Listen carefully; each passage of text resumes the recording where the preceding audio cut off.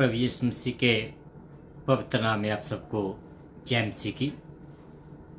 परमेश्वर का धन्यवाद करता हूँ आज इस सुंदर अवसर के लिए जो उसने मुझे एक बार फिर अवसर दिया है कि मैं उसके वचन को आप लोगों तक लेकर आऊँ और ये दिन प्रतिदिन परमेश्वर का फजल है जो हमें चलाता है। तो इससे पहले कि हम अपने प्रोग्राम को शुरू करें, मैं आपको ये बात आज बताना चाहता हूँ कि आज परमेश्वर बड़ी कुव्वत से बात करना चाहता है आपसे। आज परमेश्वर आपको बहुतायत की बरकत देना चाहता है। तो इस प्रोग्राम को सुनिए, आखिर तक सुनिए, क्योंकि मैं इस बात पर यकीन करता हूँ आज कि जब आप इस प्रोग्राम को आखिर तक सुनेंगे तो आपकी जीवन जो है वो बदल जाएगा। आप पहले जैसे नहीं रहेंगे अगर आप इस वचन को आखिर तक सुनेंगे और इस वचन को शेयर करेंगे, इस वचन को दूसरों के साथ बांटेंगे। तो मेरा यकीन है कि परमेश्वर आज आपसे ज़रूर बातचीत करेगा। तो आइए हम आज इस गीत के द्वारा परमेश्वर की हजूरी में जाएं और उसका कहें कि मैं अपने दिल का दरवाज़ा खोलता हूँ। उसे कहें कि तू मेरे दिल में आ। परमेश्वर हाजिर है, आपके दिल के दर पर खड़ा है, वो आना चाहता है। तो इसलिए आइए हम उसको बुलाएं, इस गाने को सुने और फिर अपना प्रोग्राम शुरू करते हैं।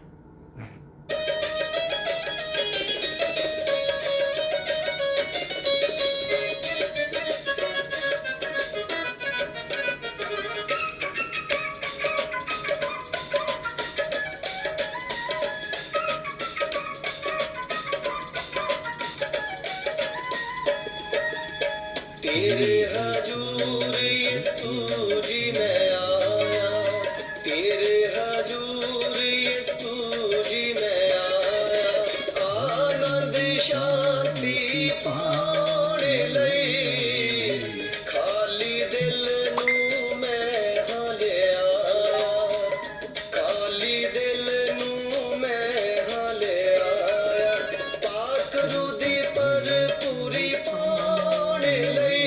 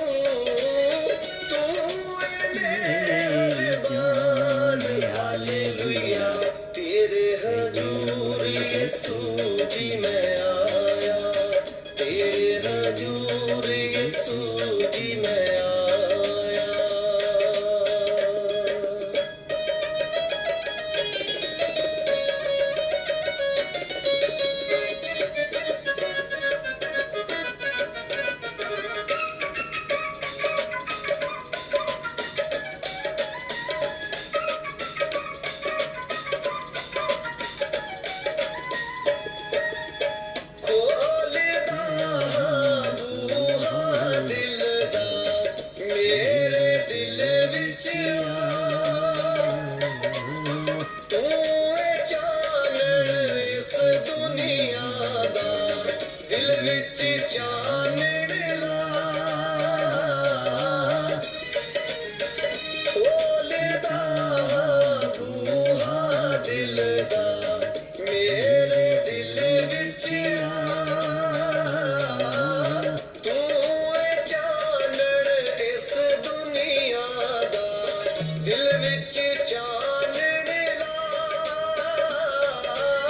बच जाए मेरी जान हालेलुया तेरे हजूर यीशु जी मैं आया तेरे हजूर यीशु जी मैं आया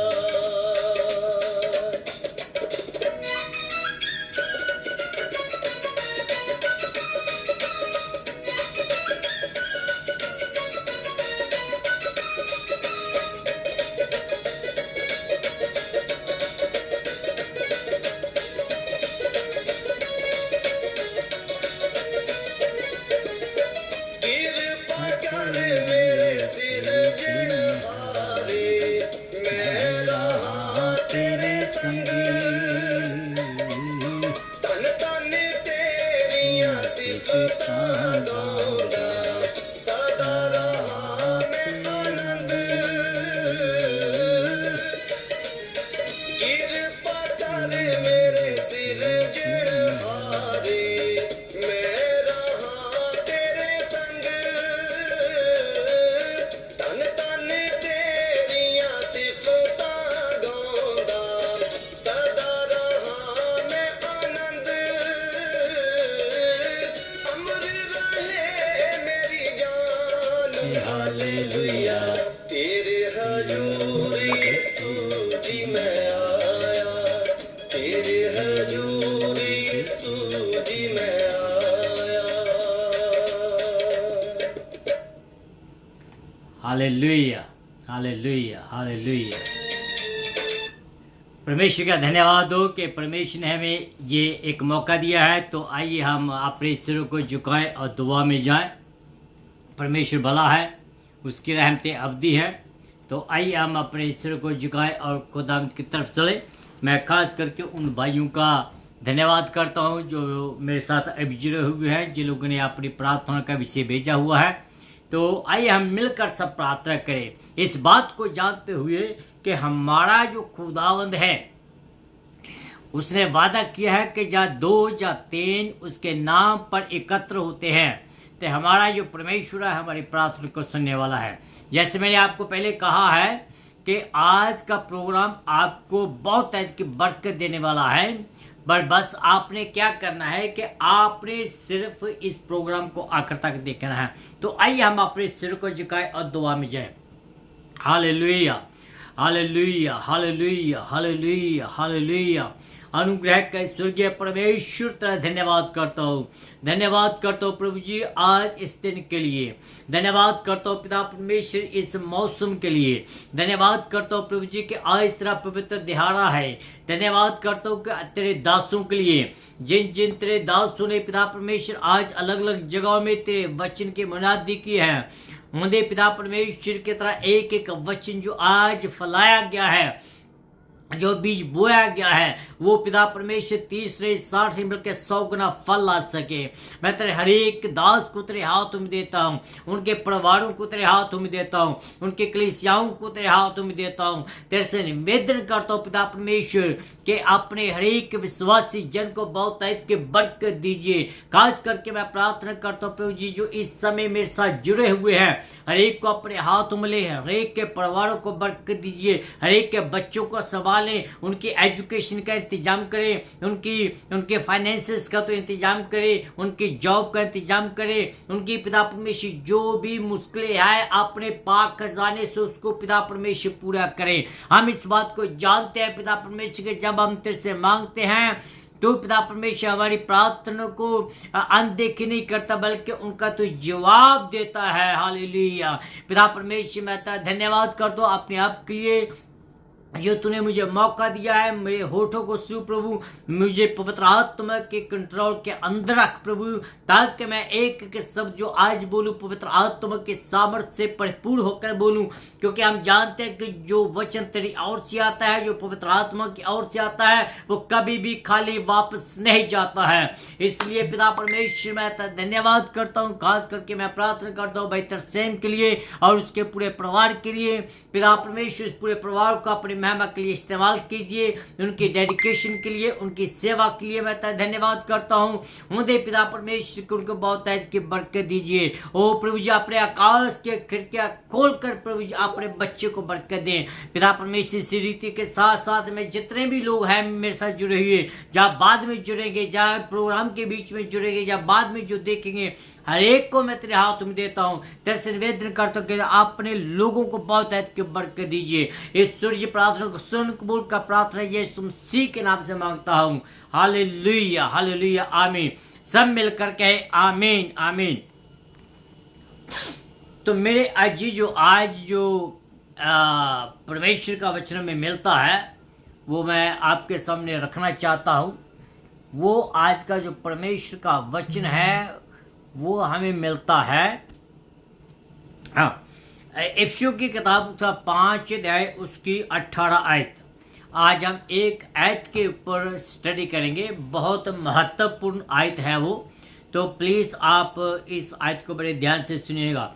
ये आयत हमें कहती है कि दाखरत से मतवाले ना बनो, दाखरत से मतवाले ना बनो।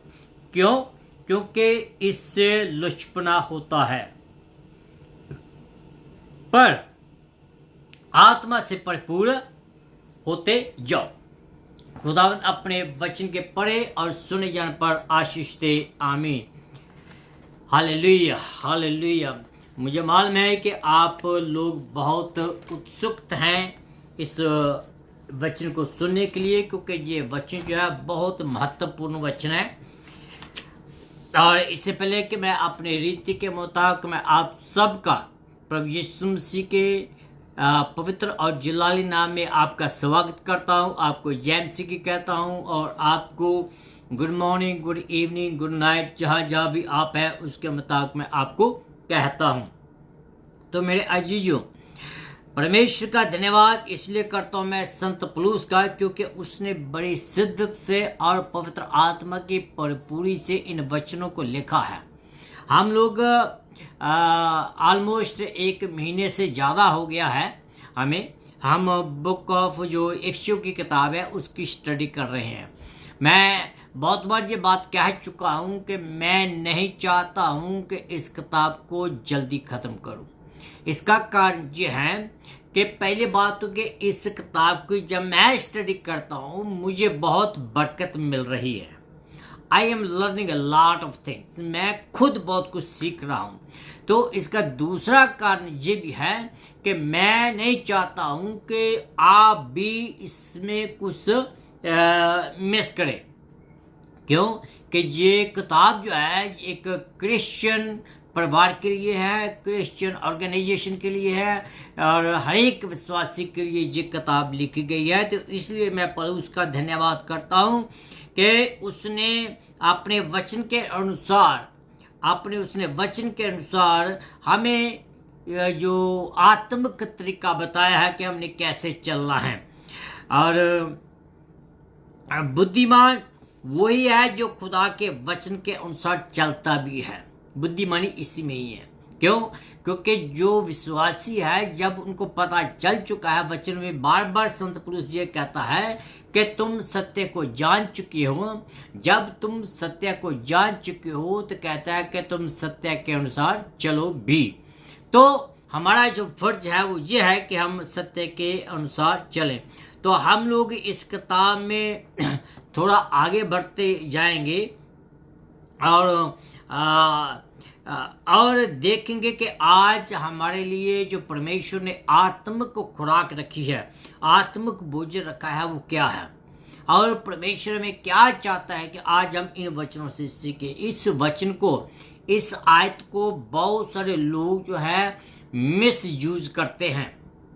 इस आयत को बहुत सारे गलत तरीके से इसको रिप्रेजेंट करते हैं, जहाँ इस आयत को अपने फ़ायदे के लिए इस्तेमाल करते हैं।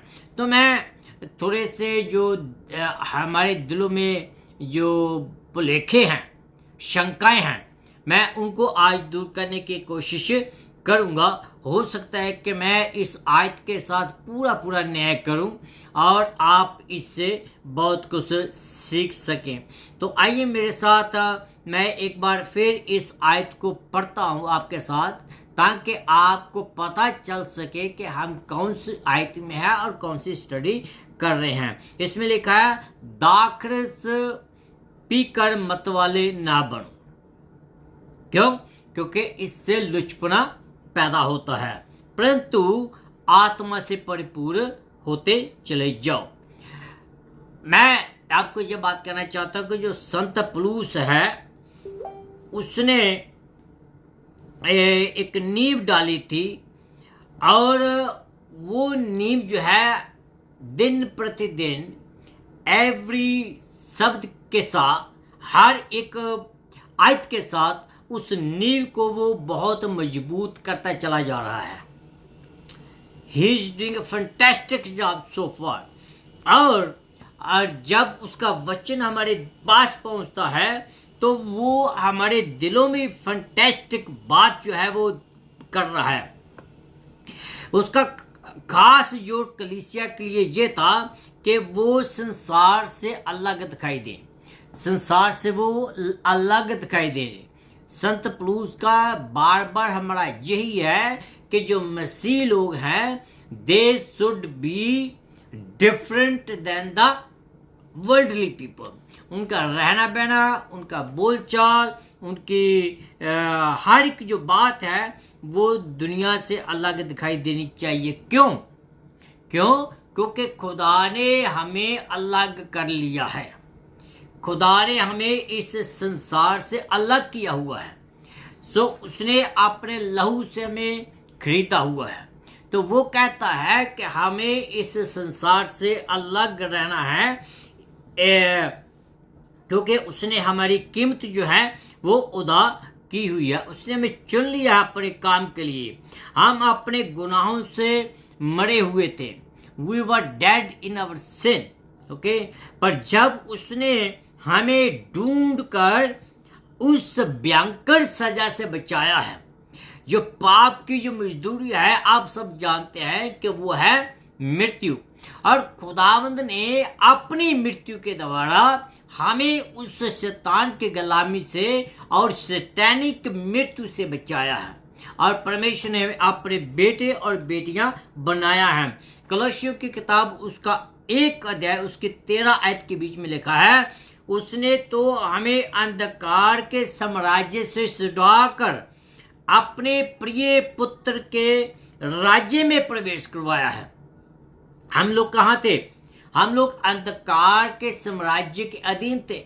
हमारे ऊपर कोई और राज्य करता था, हमारा मालिक कोई और था, हमें कोई और अपने तरीके से चलाता था। लेकिन प्रभु यीशु मसीह जो आपका और मेरा उद्धार करता है, उसने हमें इस अंधकार से छुड़ाकर क्या किया है? उसने हमें अपने साम्राज्य में, अपने राज्य में मिला लिया है। अगर आप पहला कुरिन्थियों उसकी 15 अध्याय उसकी 22 आयत के बीच में देखो तो उसमें लिखा है कि जिस प्रकार आदमी के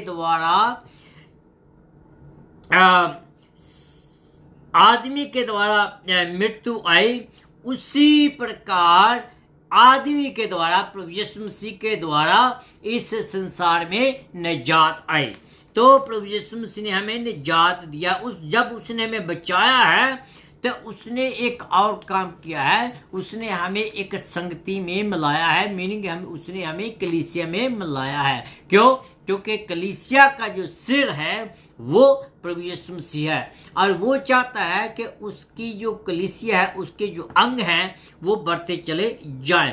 और उसके साथ साथ क्या है कि उसने हमें अपना पवित्र आत्मा दिया है, और पवित्र आत्मा की सामर्थ्य के द्वारा उसने हमें जगत की ज्योति बनाया है, उसने हमें जगत का नमक बनाया है, ताकि हम इस दुनिया में परमेश्वर के वचन का स्वाद रखें और परमेश्वर की ज्योति को हम दुनिया के सामने रखें। अगर हम पवित्र आत्मा के बिना हैं तो इट मीन्स कि हमारे में वो ज्योति नहीं है और ना ही वो हमारे में नमक है। तो इस रीति से जब अगर आप सब्जी में नमक नहीं डालते हैं तो वो सब्जी जो है वो स्वादहीन होती है। अगर आप अंधेरे में चलते हैं तो रोशनी नहीं है तो आप अंधेरे में कहीं भी ठोकर खाकर गिर सकते हैं। तो इसी रीति से हम अपनी ताकत से कुछ नहीं कर सकते हैं, हमें पवित्र आत्मा के सामर्थ्य की जरूरत है। तो रोमियो की किताब उसका 8 अध्याय उसके 9 आयत के बीच में लिखा है, यदि वास्तव में परमेश्वर का आत्मा हम पर वास करता है, मैं सबकी बात करता हूँ, मैं इंक्लूडिंग मैं अपने आप को भी मैं करता हूँ, कहता है कि यदि वास्तव में परमेश्वर का आत्मा हमारे बीच में वास करता है तो हम शरीर के नहीं वरन क्या है, हम आत्मा के हवा, हम लोग आत्मा के हैं। We are not belong to this body. Yes, we live in this body but we are not belong to this body means that we are not belong to this world. Okay, परंतु यदि किसी में मसीह का आत्मा नहीं है तो वो उसका नहीं है। ओके, तो हम लोग इस शरीर में रहते हैं और इस शरीर के बीच में एक और अंदर हमारे में वास करता है वो आदमी, वो रियल यूनिस वो है। और जब तक वो पवित्र आत्मा के द्वारा उत्सुक्त नहीं होता, पवित्र आत्मा के द्वारा जन्म नहीं लेता है, तो वो मरा हुआ है आत्मिक तौर पर। तो जब पवित्र आत्मा हमारे बीच में आता है तो हम परमेश्वर के साथ हमारे संबंध जुड़ जाते हैं और हम क्या हो जाते हैं, हम आत्मिक तौर पर उसके हो जाते हैं। परंतु प्लूस हमें ये बताता है कि आत्मिक जीवन जो है वो हम कैसे प्राप्त कर सकते हैं। आत्मिक जीवन होता क्या है, जब हम इसकी स्टडी करेंगे तो उसको देखेंगे कि जो संत प्लूस है उसका क्या मीनिंग है, वो क्या कहना चाहता है, क्यों वो कहता है इन बातों को। पहली बात तो यह है कि आत्मिक जीवन पाने के लिए हमें समर्पण करना चाहिए, हमें अपने आप को खुदा के हाथों में देना चाहिए। कहा गया है कि आत्मा में परिपूर्ण होते चले जाओ, संपूर्ण, हमने संपूर्ण होना है, परिपूर्ण होना है। कहता कि हमें मालूम है कि ये बात हम अपनी ताकत से नहीं कर सकते, जैसे मैंने आपको पहले कहा है, परंतु फिर भी खुदा ने हमें एक हुक्म दिया है। ओके, मान लीजिए कि अगर आप आर्मी में हैं, जहाँ पुलिस में हैं, जहाँ किसी सरकारी जॉब करते हैं, तो अगर आपका जो ऑफिसर है वो आपको को काम कहे या हुक्म कहे तो आप उसको मना करेंगे तो क्या होगा। तो इसलिए खुदा ने हमें एक हुक्म दिया है, वो हुक्म ये है कि हमें आत्मा में परिपूर्ण होते जाना है। उसकी जो पहली बात है वो है कि हम दाखरस में मत वाले ना हों। दाखरस जो है आदमी के शरीर के ऊपर कंट्रोल करती है, और जो दाखरस है, दाखरस में बाइबल के मुताबिक कहा गया कि इसमें लुचपना पैदा होता है। इवन जहां तक कहा गया है कि जब ये गिलास में जब डालते हो उसकी तरफ देखे भी ना। और बाइबल में इसके बारे में और भी बहुत सारी आयतें हैं। इवन कहा गया है कि जो बनाते हैं इसको उसके ऊपर हाय, जो पीते हैं उसके ऊपर हाय। बहुत सारी बातें दी गई है, मैं उसकी तरफ नहीं जाऊंगा। मैं आज उस तरफ ले जाना चाहता हूं आपको कि हमें आत्मा में परिपूर्ण होना है। क्यों? क्योंकि अगर मैं दूसरी बात की और जो पहला हिस्सा है उसकी तरफ जाऊं तो इट मीन्स कि आपको मैं एक नए विश्वासी को वचन दे रहा हूं। आप लोग तो ऑलरेडी वचन को जान चुके हैं। संत पौलुस भी यही कह रहा है, कह रहे कि तुम ऑलरेडी सत्य को जान चुके हो।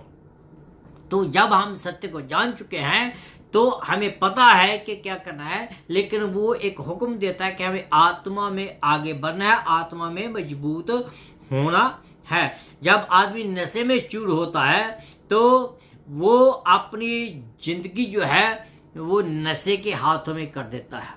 He was control by the drug और शराब दाखरस जो कुछ भी आप उसको कहें, उसके हाथों में वो कर देता है। जब वो नशे में चूर होता है तो वो अपनी जिंदगी का उसके ऊपर कोई कंट्रोल नहीं होता है। और जब हमारे जो दिमाग हैं, जब दिमाग को वो जो नशा है कंट्रोल करता है तो वो नशा ही फिर हमें हुक्म देता है कि हमने क्या करना है। It all depend on the person. तो और वो इस कदर हमको कर देता है कि जो वो हमें कहता है वो ही हमें करना पड़ता है। मान लीजिए कि आपको किसने एक पैग दिया है और उस पैग के द्वारा आपका जो कंट्रोल जो वो पैग है वो आपको पूरा कंट्रोल कर देती है, तो वही पैग आपकी डिमांड बढ़ा देता है। क्यों? क्योंकि वो आपके ऊपर पूरा कंट्रोल कर चुका है, और जो आपके ऊपर कंट्रोल करता है तो आप उसको फॉलो करते हैं। तो फिर क्या कहता है कि भैया एक पैग और ले ले, जहाँ एक पैग और ले ले, जहाँ पूरी बोतल को ही खत्म खाटा। तो इसलिए जिस भी चीज के आप समर्पण हो जाते हैं, जिसको भी आप समर्पण कर देते हैं, वही आपके ऊपर कंट्रोल करती है। लेकिन बाइबल हमें ये कहती है कि हमें दाखरस से मतवाले नहीं होना, बल्कि हमें आत्मा से परिपूर्ण होना है। दूसरी बात मैं आपको बताना चाहता हूं, वो जो है कि अनुपालन वो कहता है कि हमें करना है। जहां हमें ये हुक्म दिया गया है कि हम आत्मा में बढ़ते जाएं, ओके, आत्मा में बढ़ते जाएं, ये कोई ऑप्शन नहीं है जहां तो आप दारू पीते चले जाएं, जहां आप आत्मा में बढ़ते चले जाएं। नो, ऐसा नहीं है। उसने स्पष्ट किया है, सीधे शब्दों में कहा है कि आप को पवित्र आत्मा से परिपूर्ण होते जाना है। बिल्कुल बहुत सारे क्लियर बताया गया है। बाइबल में और भी बहुत सारे हुक्म दिए गए हैं। कुछ ऐसी चीजें भी जो हैं जो हमें करने को है, जो ऐसी चीजें भी हैं जो हमें मना करता है करने के लिए। लेकिन आत्मा में हमें बढ़ते जाने की जरूरत है। ये जो आत्मा में बढ़ते जाने का जो हुक्म खुदा ने दिया है, ये दूसरों हुक्मों से कहीं कम भी नहीं है। जैसे कि खुदा ने हमें हुक्म दिया कि तू चोरी न करना, बुरी संगत न करना, बुरी बात न करना, झूठ न बोलना, लालच न करना, मूर्ति पूजा न करना, वगैरह वगैरह वगैरह बहुत सारे हुक्म हैं खुदा ने हमें बाइबल में दिए हैं। लेकिन ये भी एक हुक्म है हमें खुदा ने दिया है, और ये हुक्म इन हुक्मों से कम नहीं है। पर वो हमसे ये चाहता है कि हम आत्मा में बढ़ते चले जाएं। जब खुदा कोई हुक्म देता है तो हमें वो हमसे चाहता है कि हम उसी को माने। इट इज नॉट द वो एक ऑप्शन नहीं है, बिल्कुल वो बिल्कुल हुक्म दिया गया है। यूहन्ना की किताब उसका 4 उसके 15 आयत तो जिसमें लिखा है, कहता है यदि तुम मुझसे प्रेम करते हो, नहीं कि यदि तुम मेरे से प्रेम करते हो तो तुम मेरी आज्ञाओं का पालन भी करो। उसकी आज्ञा क्या है उसने हमें अभी बताया है कि हमें आत्मा में परिपूर्ण होना है। हमें रेगुलर बेस पर कंटिन्यूसली जो खुदा मुझे कहता है तो मुझे करना ही वही है। मुझे अपनी जो पर्सनल राय है उसको बीच में लाने की कोई ज़रूरत नहीं है। और अगर मैं अपनी पर्सनल राय जो है रख भी दूं बीच में, तो पहली बात तो खुदा उसको पूरा नहीं होने देगा।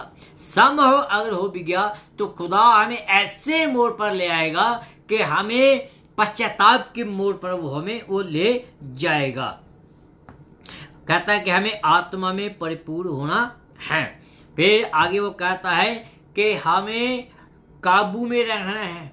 हमें आत्मा के काबू में रहना है। We have to control by the Holy spirit.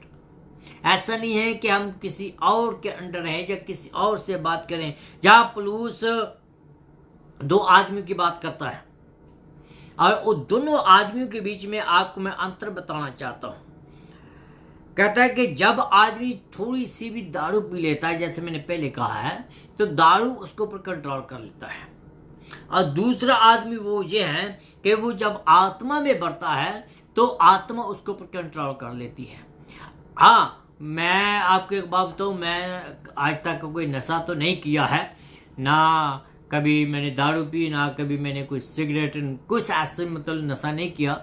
I have no experience, but I know कि ये जो चीज़ है साइंटिफिकली मैं आपको बता रहा हूँ कि ये जो चीज़ें हैं ये हमारे ऊपर कंट्रोल करती है, और जैसे वो हमें चलाना चाहती है वैसे ही वो हमें ले जाती है। हाँ, मैं बात बताता हूँ कि जो नशे से भरपूर होता है, दाखरस में भरपूर होता है, एक बात पहले बात हुई है कि अगर खुदा ने कहा है, खुदा के वचन में कहा है कि ये नशे से, दाखरस से लुचपना होता है, तो 100% एंड 10% इसमें ऐसा ही होता है। डजन मैटर कि जो पीने वाला है या जो नशा करने वाला है, जितनी मर्जी सफाई दे लें, जितनी मर्जी क्लैरिफाई कर लें, लेकिन जो बाइबल में लिखा है, मैं बाइबल की बात मानूंगा, मैं उस आदमी की बात नहीं मानूंगा, क्योंकि बाइबल में ऐसा लिखा है। हाँ, दूसरी तरफ हम चले जाए तो बाइबल में लिखा है कि आत्मा से जब आत्मा में भरते हो तो आत्मा में क्या, आत्मा जो है, आत्मा अपने फल जो है आपके जीवन में प्रोड्यूस करता है। इट मीन कि जो आत्मा है वो प्रेम आपके जीवन में बढ़ाता है, आत्मा जो है वो आपके जीवन में धैर्य बढ़ाता है, आत्मा जो है आपके जीवन में सहनशीलता बढ़ाता है, आत्मा जो है अब बहुत सारी बातों को जीवन जो 9 आत्मा के फल हैं वो बढ़ाता है, प्रोड्यूस करता है। तो इसलिए जब आदमी को शराब कंट्रोल कर देती है तो उसकी सोच, उसका चाल चलन, उसका देख रेख सब कुछ वो उसके कंट्रोल में होता है। कई बार आदमी जो शराबी होता है, कई बार ऐसा होता है कि नेक्स्ट डे उसको पता भी नहीं होता कि ये क्या हुआ था, क्या नहीं हुआ था। क्यों? क्योंकि नेक्स्ट डे उसका जो नशा था उसका उतर चला जाता है, और उसका जो कंट्रोल है, शराब का कंट्रोल उसके ऊपर उसके ऊपर नहीं रहता है। तो इसलिए उसको याद भी नहीं रहता है कि उसने क्या क्या किया, कैसे हुआ, क्या हुआ, ऐसे नहीं। तो जो आदमी आत्मा से भरपूर होता है वो उस आदमी से बिल्कुल उल्ट होता है, उस आदमी को पूरी होश होती है। शराबी आदमी जो है वो तो शायद कुछ बातें याद करता होगा, कुछ नहीं करता होगा, उसको कुछ याद दिलाते होंगे, लेकिन जो आत्मा है, आत्मा के फल जब आप में बढ़ते चले जाते हैं तो उसके जो फल है दिखाई देते हैं, उसके फल जो है दिखाई देते हैं। मैं आपको एक बात बताता हूँ, शराब जो है, शराब में वचन कहता है, मैं नहीं कह रहा हूँ, शराब में जो है लुचपना पैदा होता है, और जो पवित्र आत्मा होता है, पवित्र आत्मा में पवित्रता ही पैदा होती है। तो ये हमें डिसाइड करना है कि हमने पवित्र आत्मा के द्वारा चलना है या हमने नशे के द्वारा चलना है। इफिसियों की किताब उसका 5 अध्याय उसके 19 आयत और 20 आयत के बीच में लिखा है कि हमारी आराधना वाली जिंदगी होनी चाहिए। जो आत्मिक आदमी है, जो आत्मा के द्वारा चलता है, तो उसका जो क्या है, उसकी जो जिंदगी है वो आराधना वाली होनी चाहिए। फिर इफिसियों की किताब उसका 5 अध्याय उसकी 21 और 32 आयत के बीच में लिखा है हमारी जो जिंदगी है वो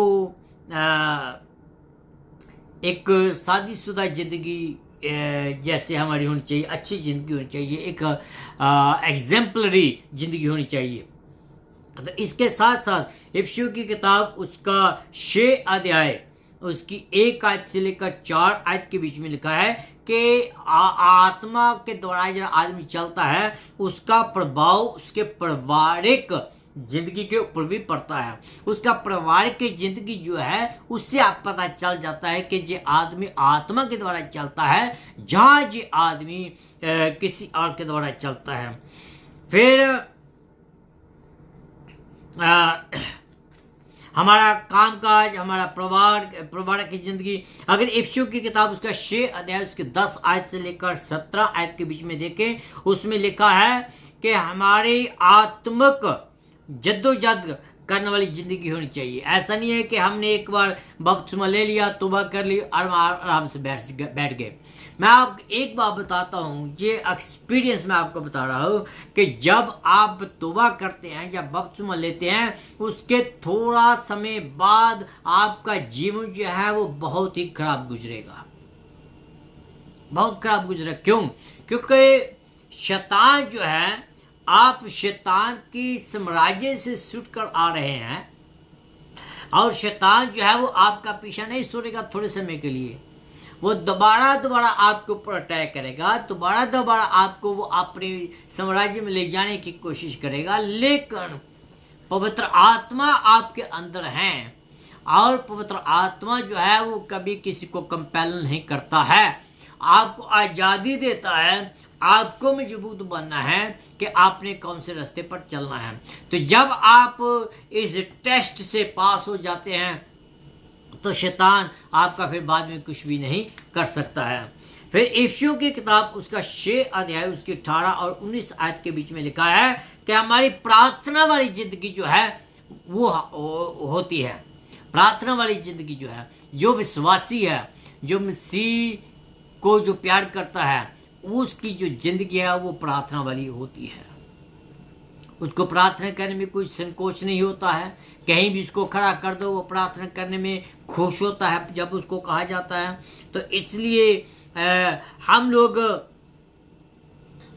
जो जब काबू की बात करते हैं, कंट्रोल की बात करते हैं, इट डिपेंड ऑन यू कि आप किसको अपना कंट्रोल देना चाहते हैं, आप अपने जीवन का किसको कंट्रोल देना चाहते हैं। क्या आप पवित्र आत्मा को कंट्रोल देना चाहते हैं, जहाँ इस संसार को अपना कंट्रोल देना चाहते हैं।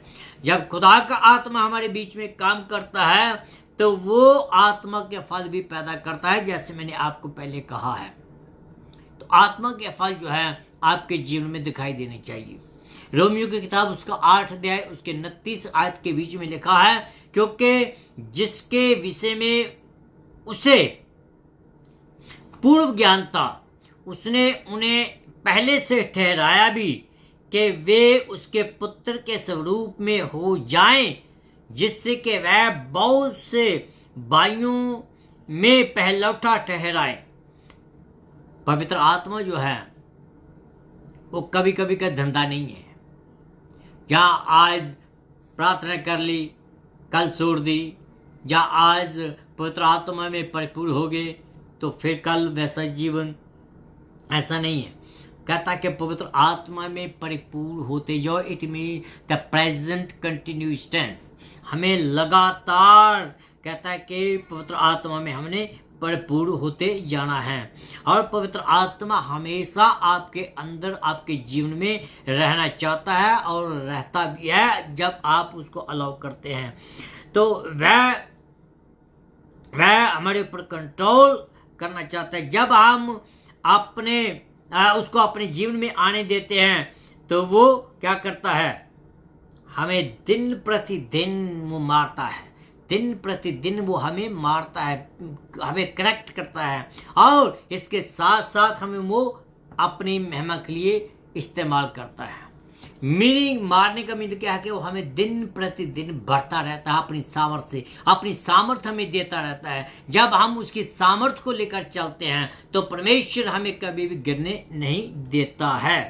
तो गलातियों की किताब उसका 2 अध्याय उसकी 20 आयत के बीच में लिखा, बहुत प्यारी आयत है, मैं आपको पढ़ के बताना चाहता हूँ। कहता है, मैं मसीह के साथ क्रूस पर चढ़ाया गया, अब मैं जीवित नहीं परंतु मसीह मुझ में जीवित है, और अब मैं जो शरीर में जीवित हूँ तो केवल उस विश्वास से जीवित हूँ जो परमेश्वर के पुत्र पर है, जिसने मुझसे प्रेम किया और मेरे लिए अपनी जान दे दी। हम लोग अपनी मर्जी से अब जीवित नहीं है, हमारी अपनी मर्जी नहीं है। अब मसीह लोग जो है पवित्र आत्मा के द्वारा चलाए चलते हैं। तो जब पवित्र आत्मा का कंट्रोल होता है, जब हम प्रार्थना करते हैं ना अरबानी दुआ कि तेरी मर्जी हमारे जीवन में पूरी हो, उसकी मर्जी तब पूरी होगी जब हम अपनी मर्जी को मारेंगे। तो हाँ, अगर हम अपनी मर्जी को भी अपने बीच में रखेंगे तो पवित्र आत्मा हमारे जीवन में अपनी मर्जी को पूरी कैसे करेगा। मैंने कल एग्जाम्पल दी थी कि जब हम एक पानी का गिलास है, उस गिलास के ऊपर और पानी डालते रहेंगे तो पानी बाहर ही जाएगा। अगर आपने उसमें और पानी डालना है तो पहले उस गिलास को खाली करना है। जो आपका शरीर है ये खाली, एक उदाहरण मैं दे रहा हूँ, ये खाली वैसल है। जो कुछ भी इसमें आप भरते हो वो ही इसमें भरा जाता है। अगर आप इसमें गाली पढ़ते हैं या इसमें चोरी की भरते हैं, लालसा भरते हैं, जो भी इसमें डालेंगे वो इसमें भरता चला जाएगा। या इसमें आप पवित्र आत्मा के फल जो प्रोड्यूस करते हैं, पवित्र आत्मा के फल इसमें आते चले जाएंगे। तो मेरे अजीजों, सच तो ये है कि जिस शरीर में हम रह रहे हैं ये बस 70 और 80 किलो जो मीट है, इसके अलावा कुछ नहीं है। और हम इस शरीर को आत्मा से हमने भरना है, पवित्र आत्मा से। क्यों? क्योंकि ये खुदा का वचन है। और आगे लिखा है कि जब हम आत्मा में भर जाते हैं, जब हम पवित्र आत्मा को पूरा कंट्रोल दे देते हैं तो फिर हम संगति करते हैं। पवित्र आत्मा संगति चाहता है आपसे। ऐसा नहीं है कि आप आज पवित्र आत्मा से भर गए, जैसे मैंने पहले कहा है, कल फिर वैसे के वैसे। आज पवित्र आत्मा से भर गए, कल हम दाखिल से भर गए। लेकिन बहुत सारे लोग इस आयत को मिस यूज करते हैं। अगर आप इस वचन को पूरी रीति से जानते हैं, उसको इस वचन के बारे में आपको पता होना चाहिए कि ये वचन क्या कहता है। अगर कोई इसको मिस कोट करता है तो आपको पता होना चाहिए इसका जवाब देने का कि परमेश्वर का जो वचन है उसका क्या मीनिंग है। वचन कहता है कि दाखरत से मत वाले ना हो, क्योंकि इससे लुचपना पैदा होता है, पर पवित्र आत्मा से परिपूर्ण होते जाओ। तो जब आप पवित्र आत्मा से परिपूर्ण होते हैं तो वो हमारे से संगति चाहता है। हमें कहा गया है कि लगातार आत्मा से परिपूर्ण होते जाओ। ऐसा नहीं जैसे मैंने पहले कहा है कि मैं आज सुबह से पवित्र आत्मा से भर जाऊं, फिर शाम को शराब में भर जाऊं। मत्ती की किताब उसका 16 अध्याय उसकी 13 से 23 आयत के बीच में एक बहुत बड़ी एग्जाम्पल खुदा ने हमें दी है, जो बातचीत चलती है यीशु मसीह के और पतरस के बीच में। यीशु मसीह जो है उसको बार बार सवाल पूछता है कि क्या तू मुझे कितना प्यार करता है, तू मुझे कितना प्यार करता है। वो तीन बार पूछता है, लेकिन वो इस बात पर उसको मना रहा था क्योंकि उसको मालूम था कि तू मेरा इनकार करेगा। तो 3 बार वो कहता है खा के मैं ठीक हूँ। लेकिन जब उसके पास मुश्किल खड़ी हो गई तो उसका इनकार कर दिया। हमें ऐसा नहीं होना है। हमें दिन प्रतिदिन पवित्र आत्मा में बढ़ते रहना चाहिए। ऐसा नहीं है कि हमारे सामने कोई तलवार लेकर आके खड़ा हो गया या बंदूक लेकर खड़ा हो गया, हमें कहे कि वो तू यीशु का रिनाउंस कर दे, तो हम अपनी मौत को बचाने के लिए, अपनी जान को बचाने के लिए हम यीशु को रिनाउंस कर दें। ऐसा नहीं है। जान चली जाए तो चली जाए, कोई बात नहीं है। लेकिन मैं आपको बात बताता हूँ कि जब आपकी जान खुदा के वचन के लिए जाती है तो आप स्वर्ग में आपको स्थान मिलेगा। क्योंकि वचन में लिखा है, कहता है कि धन्य हो तुम जो मेरे नाम के कारण सताए जाते हो। कहता है कि जब तुम्हें कोई जेल में डालेगा मेरे नाम के कारण तो तुम धन्य हो। कहता कि शुक्र करो कि तुम जेल में चोरी से नहीं गए या खून करने के द्वारा नहीं गए। कहता कि मेरे वचन को सुनाने के द्वारा जेल में गए हो, तो कहता कि तुम धन्य हो। तो हमें दिन प्रतिदिन कंटिन्यूसली पवित्र आत्मा में बढ़ने की हमें जरूरत है। ये जो प्रॉब्लम जो मैं पतरस और यीशु के बारे में, जो खास करके यीशु की पतरस की प्रॉब्लम है, ये हमारे सबनों के बीच में ये प्रॉब्लम पाई जाती है। हमें आत्मा में बढ़ने की जरूरत है। लगातार पवित्र आत्मा में बढ़ने की ज़रूरत है। वचन में कहता है कि हमें ये कोशिश करने की ज़रूरत नहीं है कि हम कोशिश करेंगे देखते हैं क्या होता है, नहीं, हमें कहता है कि हमें करना है। It is the law, it is the commandment from God, we have to do it. Okay, जब मैं अपने गुनाहों को मान लेते हैं, हम जब अपने गुनाहों को मान लेते हैं तो हम उसको छोड़ देते हैं, तो खुदा मुझे अपनी ताकत देता है। खुदा जो है हमें पवित्र आत्मा से बढ़ता है, हमें खुदा ताकत देता है कि हमें अपने जीवन में आगे बढ़ना है। एक बात मैं आपको बताऊं, शायद कभी कभी आप लोग सोचते हैं कि भाई मैं तो इस पृथ्वी पर हूँ, खुदा तो आसमान पर बैठा हुआ है, वो हमारी प्रार्थना कैसे सुन लेगा। ये जो है शैतान की टेक्निक है। जब आप एक दिन प्रार्थना ना करें तो शैतान दूसरे दिन आपको पूरा जोर लगाएगा कि वो प्रार्थना ना करे। जहाँ मान लो आपने किसी न किसी तरीके से कोई झूठ बोल दिया तो शैतान आपके मन में ये डालता रहेगा, भाई तूने तो झूठ बोल दिया, अब तो तू खुदा के लायक नहीं है, अब तो खुदा तुझे प्यार नहीं करता है, अब तो खुदा तुझे स्वर्ग में नहीं ले जाएगा, छोड़ पड़े ऐसे खुदा को, तूने क्या करना, मैं तुझे आराम की जिंदगी देता हूँ, मैं तुझे बहुत कुछ देता हूँ। ये बातें तो उसने यीशु मसीह को भी कही, तो हम क्या है। तो मेरे अजीजों, ये जो शैतान की टेक्निक है, ये स्पिरिचुअल आदमी को उसकी टेक्निक को समझने की सामर्थ्य उसके बीच में होनी चाहिए। तो जब मैं अपने शरीर की सुनता हूँ और उसको ऊपर एक्ट करता हूँ, तो मैं क्या करता हूँ कि मैं आत्मा को दुखी करता हूँ, मैं आत्मा को खेदित करता हूँ, मैं अपनी समझ के अनुसार चलता हूँ, जो मेरे में और बैठा है मैं उसके मुताबिक चलता हूँ। मुझे क्या करना है कि मैं हर रोज़ खुदा के सामने हमें हाजिर होना है। Every day we have to repent from our sin. Every day we have to go to him. हमें उसके पास जाना है, उससे प्रार्थना करनी, उसके वचन पढ़ना। मैं आपको आगे जाकर बताऊं कि इसके बारे में और ज़्यादा हमें क्या करने की ज़रूरत है। मुझे साथ साथ ये भी जो हिसाब किताब हैं, मान लीजिए कि जैसे मैंने पहले कहा है कि अगर हम लोग जो है इस दुनिया में रहते हैं, इस दुनिया में रहते हुए को बहुत सारी गलतियां हो जाती हैं। जब वो गलती हमें से हो जाती है तो मैं आपको गारंटी कहता हूं कि पवित्र आत्मा उसी समय आपको कन्विक्ट करता है कि ये आपने गलत किया है। सुननी और ना सुननी ये हमारे हाथ में है, लेकिन पवित्र आत्मा जो है वो हमें कन्विक्ट जरूर करता है, वो हमें ज्ञात जरूर कर देता है कि भैया ये काम हमने गलत किया है। जब हम इस बात को मान लेते हैं कि ये काम गलत किया है तो हमारा कर्तव्य बनता है कि हम ये हिसाब किताब खुदा के साथ उसी ही समय क्लियर कर लें तो अच्छा है।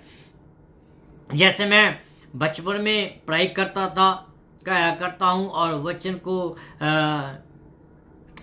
जब जैसे मैं वचन को पढ़ता हूँ या वचन के शेयर करता हूँ या वचन को दूसरों तक ले जाता हूँ, इन सब बातों से मैं क्या करता हूँ, मैं अपने जीवन में जो पवित्र आत्मा के फल हैं उनको दर्शाता हूँ। पवित्र आत्मा मेरे जीवन में इस रीति से काम करता है। तो इसी रीति से आप जहाँ भी हैं पवित्र आत्मा आपके जीवनों में काम करता है। पवित्र आत्मा जो हिसाब किताब की मैं बात करता हूँ, उस हिसाब किताब को हमने कैसे क्लियर करना है।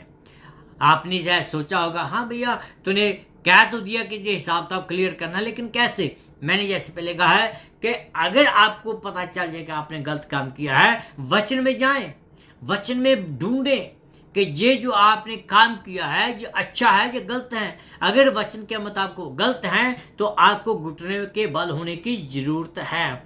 जहाँ वचन को शेयर करें, वचन को शेयर करने के द्वारा भी आप इस खुदा के साथ अपना हिसाब किताब क्लियर कर सकते हैं।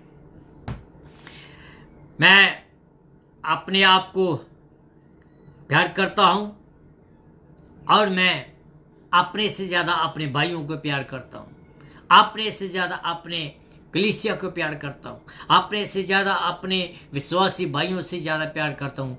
मैंने जैसे पहले कहा है कि प्रेम जो है पवित्र आत्मा का फल है। जैसे मैं ये कहता हूँ तो मुझे ऐसा होता है कि पवित्र आत्मा जो प्रेम का फल है मेरे जीवन में वो प्रोड्यूस करता है। ये सब मैं बार बार कहता हूँ कि ये मैं अपनी ताकत से नहीं कर पाऊंगा, ये सिर्फ खुदा की ताकत की हमें ज़रूरत है। जैसे उसने कहा है कि आत्मा में बढ़ते जाओ तो वो हमें बढ़ेगा। He will help us how to do it. जब हम आत्मा में बढ़ते रहते हैं तब आत्मा हमारी जिंदगी को दिन प्रतिदिन बदलता चला जाता है। आपकी जीवन जो है दिन प्रतिदिन जो है डिफरेंट होता चला जाता है। आपके जो आसपास के लोग हैं, जो आपके पहले फ्रेंड्स जो हैं, वही आपको बताएंगे कि भैया आपको क्या होता चला जा रहा है, आप तो पहले ऐसे नहीं थे, आपको क्या हो गया। मैं आपको अपनी उदाहरण देता हूँ। 12 साल तक मैं खालसा स्कूल में स्टडी की है। जब मैं खालसा स्कूल में थे तो उनकी प्रार्थनाएं, जो उनके भजन वगैरह थे, वो हम पढ़ते थे।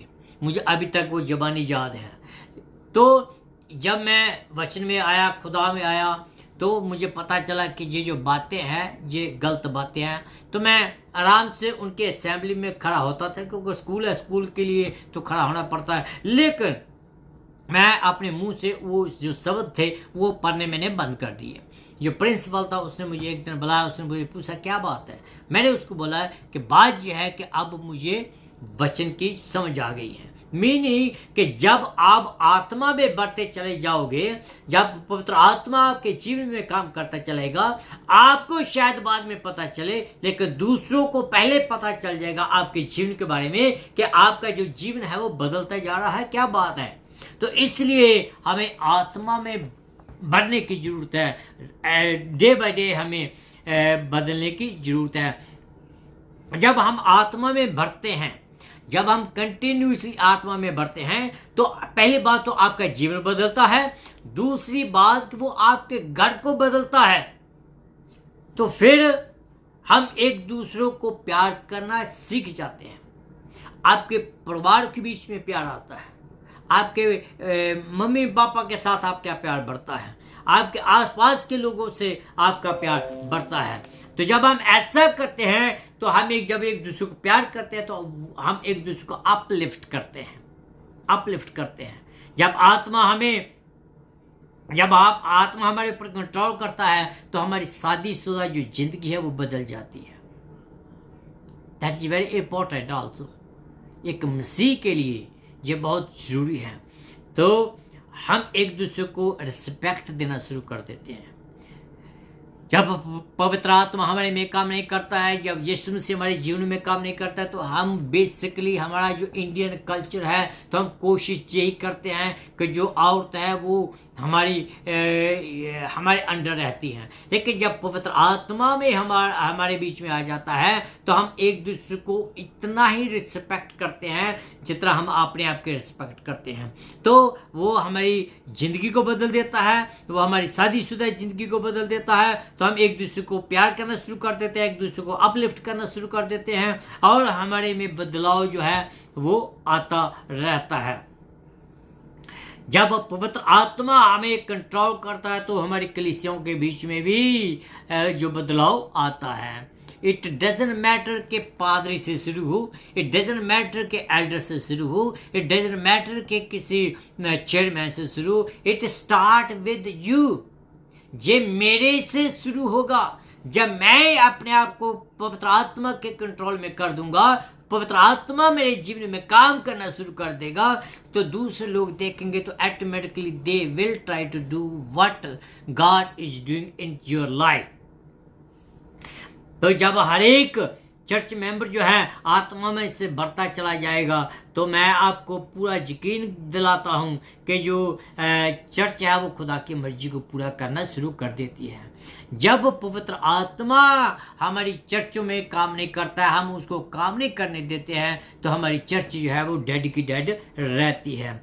जब हम पवित्र आत्मा को काम करने देते हैं या पवित्र आत्मा हमारे जीवन में आता है, तो हमारी बाइबल स्टडी जो है वो बढ़ जाती है, हमारी जो संडे स्कूल की जो गिनती है वो बढ़ जाती है। हम मीनिंग के A to G जो हमारा जीवन बदलता चला जाता है।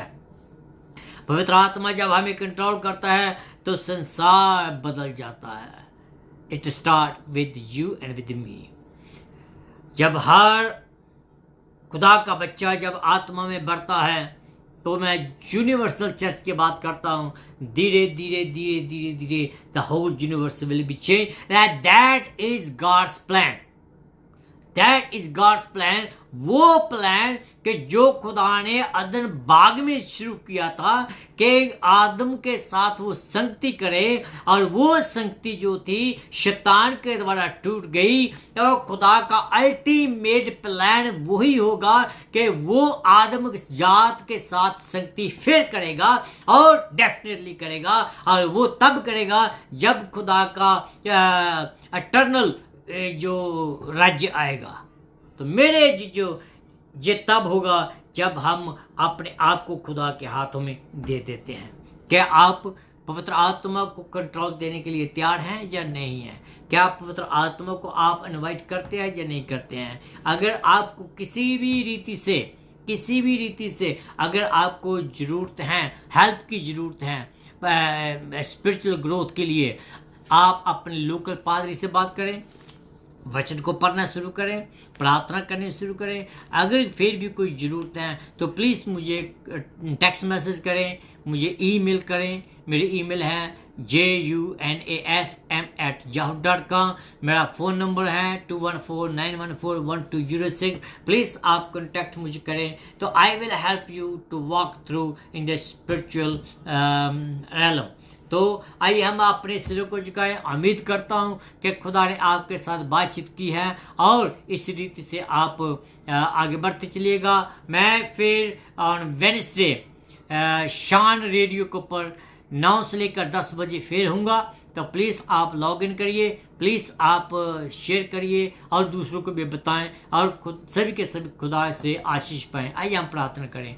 अनुग्रह का स्वर्गीय परमेश्वर का धन्यवाद करता हूँ इन वचनों के लिए जो तूने आज हमें दिए हैं कि हम तेरी आराधना स्तुति ते प्रशंसा कर सके। जितने भी लोगों ने आज इस वचन को सुना है प्रभु जी, बहुत सारे लोग आशीष पाएं, बहुत सारे लोग अपने जीवन को पिता परमेश्वर बदल डालें, बहुत सारे लोग आत्मा से बढ़ते चले जाएं, जिससे पिता परमेश्वर तेरा जो आना है वो जल्दी हो सके। और पिता परमेश्वर जी तेरी अटर्नल प्लान है, वो तेरी अटर्नल प्लान जो है वो पूरी होती चली जाए। तो भला परमेश्वर है, स्तुति के योग्य परमेश्वर हैं। हमारी प्रार्थना को सुना इसलिए धन्यवाद करता हूँ। यीशु मसीह के नाम से मांगता हूँ, आमीन एंड आमीन। Hallelujah hallelujah. परमेश्वर आप सबको बरकत दे। तो मैं वेडनेसडे को आपसे फिर मुलाकात होगी, लेकिन मैं आपको ये बताऊं कि इसी ही स्टेशन पर मैं एवरी सैटरडे एंड संडे 8 से लेकर 9 बजे तक मैं खुदा के वचन को लेकर आता हूँ। प्लीज़ आप मेरे साथ जुड़े रहिएगा। खुदा आपको बरकत दे। तो मैं आपके लिए, आपके परिवारों के लिए, आपके बच्चों के लिए अपनी पर्सनल प्रार्थनाओं में मैं आपको याद रखता हूँ। मैं आपको जो आश्वासन देना चाहता हूँ बाय द सेम हंस, मैं आपका धन्यवाद करता हूँ। Definitely I will keep you in my prayer and the rest of the people those are watching me right now. Okay, God bless you, see you soon.